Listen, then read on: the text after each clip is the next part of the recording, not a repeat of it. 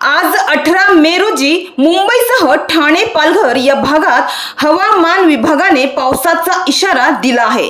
तर काही ठिकाणी ताशी 30 ते 40 किलोमीटर वेगाने वारे वाहतील, तर काही ठिकाणी गडगडाटासह पावसाचा अंदाज व्यक्त करण्यात आला आहे।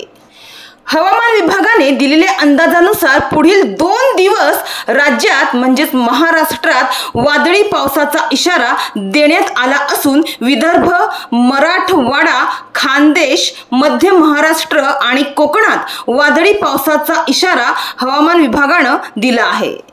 तर यावर्षी मान्सून पूर्व पावसाच्या सरी एप्रिल महिन्यात काही बरसल्या नाहीत, मात्र मे महिन्याच्या दुसऱ्या आठवड्यापासून राज्यभरात अवकाळी पावसाने चांगलाच जोर धरलाय। राज्यातील अनेक भागात वादळी वाऱ्यासह गारपीटही झाली आहे।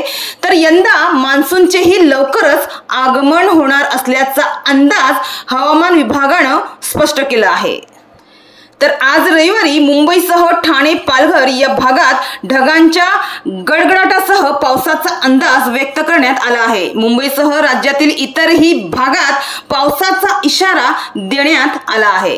पुढील 2 दिवस मुंबईसह ठाणे पालघर या भागात सतर्कतेचा इशाराही देण्यात आला आहे। यावेळी काही भागात गडगडाटासह पावसाचा अंदाज व्यक्त करण्यात आला आहे।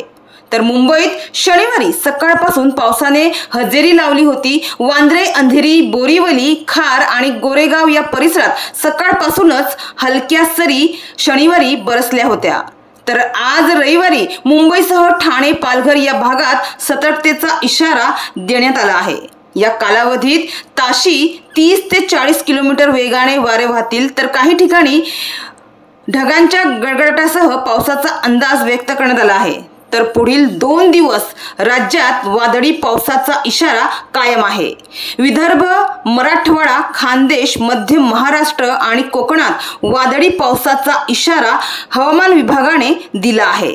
तर सध्याच्या निरीक्षणानुसार मुंबईत मान्सून लवकर येण्याची शक्यता आहे, कारण नैऋत्य मान्सून 27 मे पर्यंत केरळमध्ये दाखल होणार आहे। केरळ ओलांडल्यानंतर ते सर्वसाधारणपणे 7 ते 10 दिवसांच्या कालावधीत महाराष्ट्रात प्रवेश करतील।